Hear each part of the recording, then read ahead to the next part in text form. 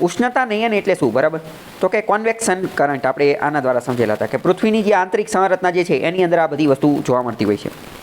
ઉષ્ણતા નયન વિશે મેં તમને 2-3 ઉદાહરણ આપેલા હતા. જો ભૂગોળની અંદર મેં તમને કીધું હતું 2-3 ઉદાહરણ મગજમાં ફિટ કરી નાખો. ગમે ત્યારે એ શબ્દ આવે ને તો એ જ ઇમેજિન કરવાનું. એમાં પહેલું જ ઉદાહરણ મેં તમને ઉષ્ણતા નયનમાં શું આપેલું હતું કે માની લો કે તમે પાણી ગરમ કરવા મૂક્યું છે કે ચા ગરમ કરવા મૂકી છે, તો શું થશે? પહેલાં નીચેનો ભાગ રહ્યો એ ગરમ થશે, એની પછી ઉપરનો, એની પછી ઉપરનો, એની પછી ઉપરનો, એટલે કે ધીમે ધીમે ગરમ થશે બધું. એટલે કે ઇન શોર્ટ ત્યારે મેં તમને એક ટેકનિક કીધી હતી, લેયર ટેકનિક, કે નીચેનો ભાગ, નીચેનું લેયર, નીચેનું પ્રથમ લેયર પહેલાં ગરમ થશે, એની પછી ઉપરનું લેયર, એની પછી ઉપરનું લેયર, એની પછી ઉપરનું લેયર, આવી રીતે ગરમ થશે. તો હકીકતમાં આની અંદર આખી સિસ્ટમ કઈ રીતે વર્ક કરે કે નીચેનું લેયર ગરમ થયું ને પછી એ લેયર એની ઉષ્મા, એની ઉર્જા, એની ગરમી એ ઉપરના લેયરને ટ્રાન્સફર કરે, એટલે કે હસ્તાંતરણ કરે.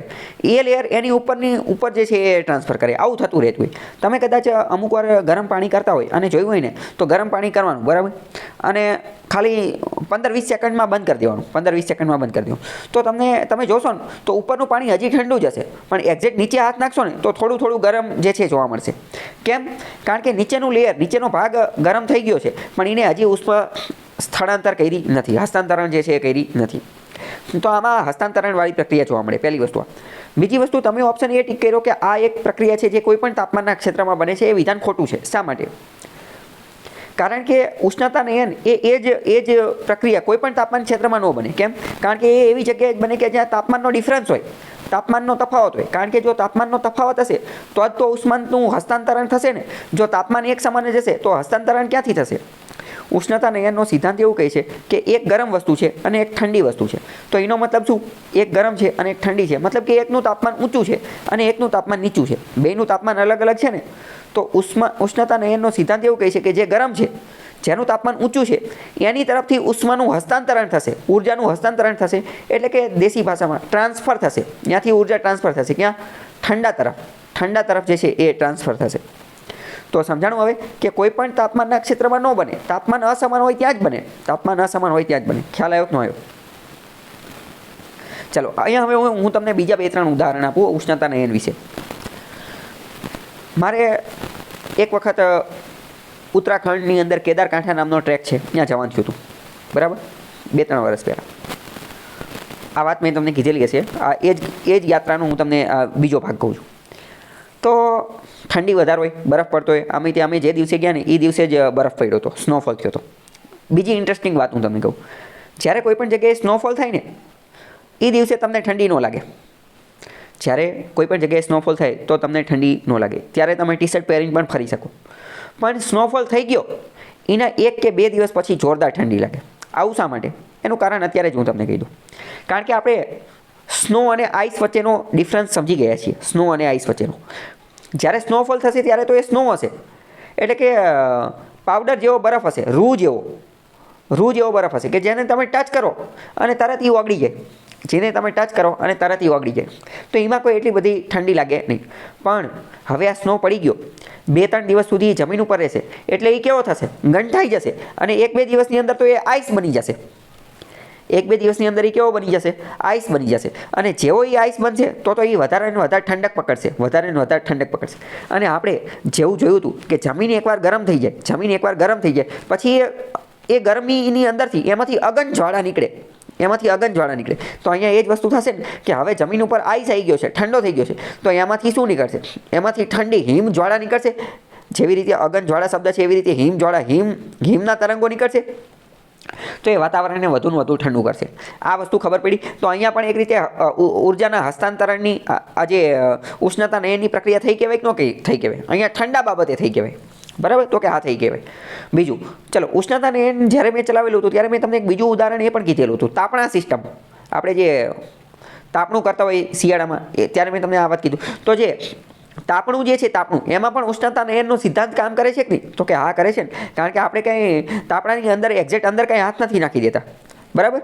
તો એ ઉદાહરણ પણ અહીંયા યાદ કરવાનું હતું. ચલો, હવે હું તમને આ કેદારકાંઠાવાળી એક બીજી વાત કહું. તો એમાં હતું કેવું કે યા તો મેં કીધું કે સ્નોફોલ હોય એ દિવસે ઠંડી ન હોય, 2-3 દિવસ પછી વધારે ઠંડી લાગે કારણ કે આઈસ બની જાય એટલે. હવે અમે ટ્રેકિંગ માટે ગયા હતા તો અમારું આખું ગ્રુપ હતું. અમારા મેન્ટોર ને ગાઈડ ને એ પણ બધા હતા. તો એક જણાએ ક્વેશ્ચન પૂછ્યો કે અમને કે બહુ ઠંડી લાગે છે કે પગમાં કે ઠંડી લાગે છે તો કે શું કરવું જોઈએ. તો ઓલા જે વ્યક્તિએ તો નિર્ણય કીધું એ કે ઠંડી જ લાગે ને તમને કે તમે કે જીન્સ પહેરીને ફરો છો કે જીન્સ ન પહેરવાનું હોય કે. તો ઓલો કે પણ કે મેં કે 3 જીન્સ પહેર્યા છે કે. તો કે મતલબ એક પેન્ટ એની ઉપર બીજું જીન્સ ત્રીજું ઉપરી 3 જીન્સ પહેર્યા છે કે તોય ઠંડી લાગે છે. તમે કે 5 જીન્સ પહેરો તોય કે ઠંડી લાગશે કે. તો કે કાં એવું શા માટે. તો ત્યારે હકીકતમાં એણે આ ઉષ્ણતાનયન શબ્દ નહોતો વાપર્યો પણ મને પછી ખબર પડી ગઈ કે એનો જ રેફરન્સ છે. એ એવું કહેવા માંગતો હતો કે અહીંયા આખો ખેલ જે છે ને મટીરિયલનો છે. એ કે જીન્સ એ એવું મટીરિયલ છે, જીન્સ જે મટીરિયલમાંથી બને જીન્સ એ એવા પ્રકારનું મટીરિયલ છે કે જે ઉષ્માને સતત ટ્રાન્સફર કરતું રહેશે. ઉષ્મા ગરમી જે છે એને સતત ટ્રાન્સફર કરતું રહેશે. તો માની લો કે તમે એક જીન્સ પહેર્યું એટલે કે એક લેયર થયું, એની ઉપર બીજું જીન્સ પહેર્યું બીજું લેયર થયું અને એની ઉપર ત્રીજું જીન્સ પહેર્યું ત્રીજું લેયર થયું. તો પહેલાં એક ઠંડુ થશે, એ ઉષ્માનું ટ્રાન્સફર કરશે બીજામાંથી ત્રીજામાં જશે, બરાબર. એટલે કે આખો કે જીન્સ ફટાફટ ગરમ થઈ જાય. જીન્સનું મટીરિયલ એનો ગુણધર્મ એની કેરેક્ટરિસ્ટિક્સ એવી છે કે ફટાફટ ગરમ થઈ જાય. જ્યારે એની બદલે ઊન, આપણે બચપનમાં એવું સાંભળેલું હોય, બીજા ત્રીજા પાંચમા ધોરણની ભૂગોળની અંદર આપેલું છે કે શિયાળામાં ઊનના કપડાં પહેરવા જોઈએ. શા માટે એનું કારણ એની અંદર આપેલું છે. તો કે ઊન માની લો કે તમે 10 થર જાડું જીન્સ પહેરો, 10 થર જાડું જીન્સ પહેરો અને એની સરખામણીમાં 1-2 થર જ તે ઊનનું પહેરો તો ઊન જે છે ને એ તમને વધુ રાહત આપશે. કેમ? કારણ કે ઊનનો ગુણધર્મ એવો છે કે એકવાર એની અંદર ઉર્જા આવી ગઈ, એકવાર આ જે ઠંડક કે એની જે ઉર્જા આવી ગઈ તો એને ટ્રાન્સફર નહીં કરે. એટલે કે આ જે હસ્તાંતરણની પ્રક્રિયા એની નહીં કરે, એને ત્યાં જ અટકાઈ દેશે, એને ત્યાં જ અટકાઈ જશે. સમજાણું કે ઉષ્ણતાનયન પ્રક્રિયા શું છે. બીજું ઉદાહરણ લઈએ તો હવે તમને આ જીન્સ અને ઊન વચ્ચેનો તફાવત દ્વારા ખબર પડી ગઈ, બરાબર. બીજું ઉદાહરણ લઈએ. મેં તમને કીધું હતું કે જે ઠંડા બરફવાળા વિસ્તાર હોય ને ત્યાં બધા ઘર જે છે એ મોટે ભાગે લાકડાના બનેલા હોય, બરાબર. તો લાકડાની અંદર પણ સેમ આ જ વસ્તુ જોવા મળે છે.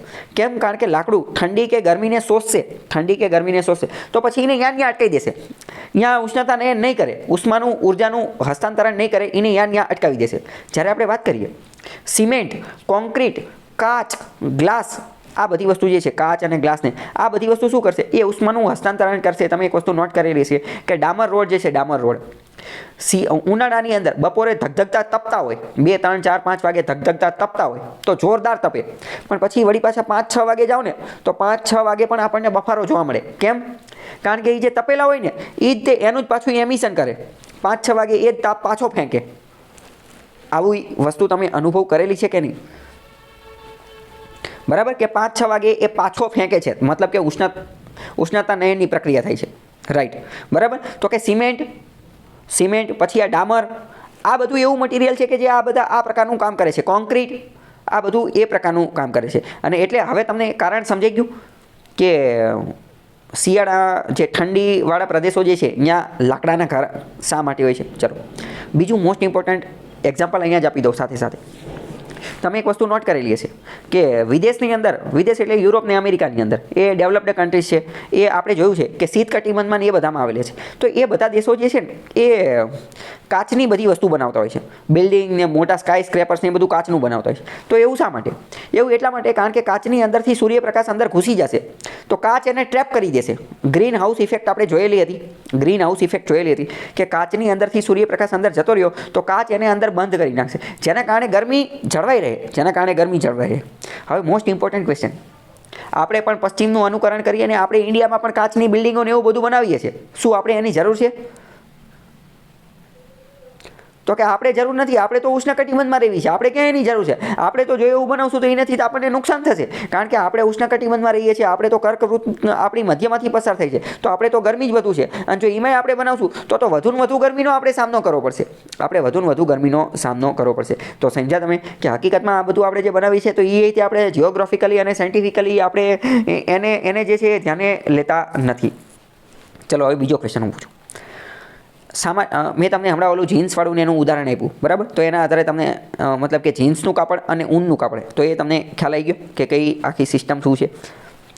ચલો સામાન્ય રીતે આપણા મગજમાં એવી વસ્તુ ફિટ થઈ ગયેલી હોય કે ઠંડી લાગે છે તો આપણે વધુને વધુ જાડું કાપડ પહેરવું જોઈએ.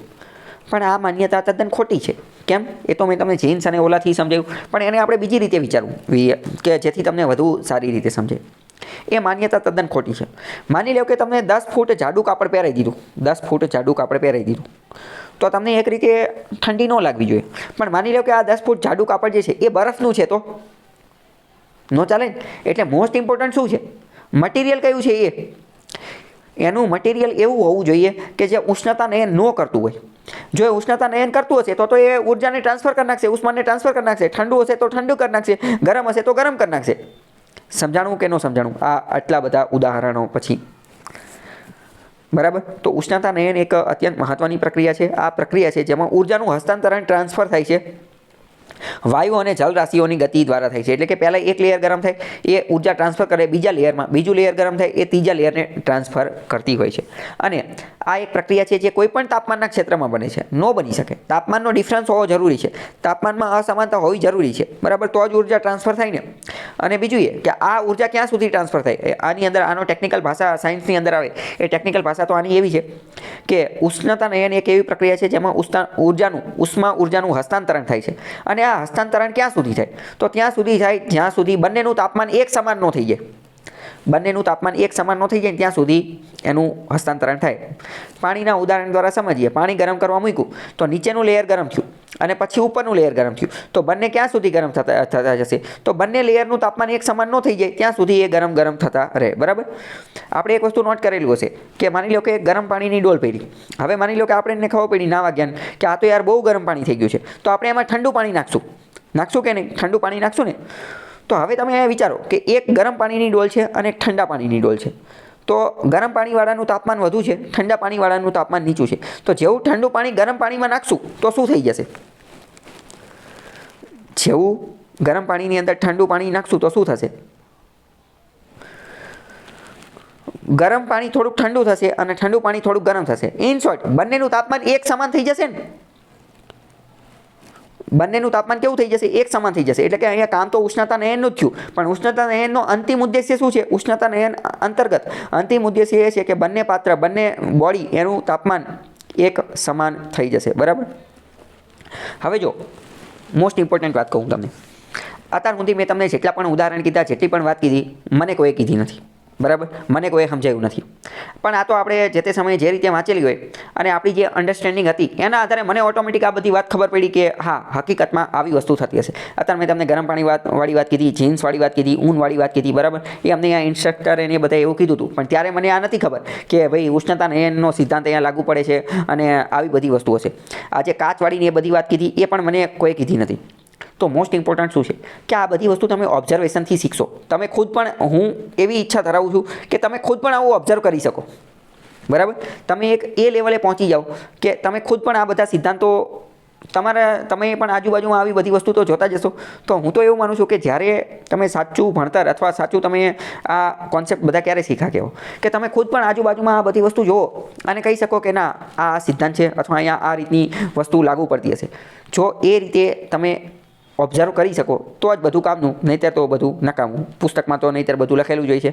ગૂગલને, ચેટ જીપીટીને, એઆઈને, મશીન લર્નિંગને એ બધાને આપણી કરતાં પણ વધુ સારું આવડે છે. એટલે મોસ્ટ ઇમ્પોર્ટન્ટ કે આપણું ઓબ્ઝર્વેશન એ લેવલનું બને તો કામનું, નહીંતર બધું નકામું.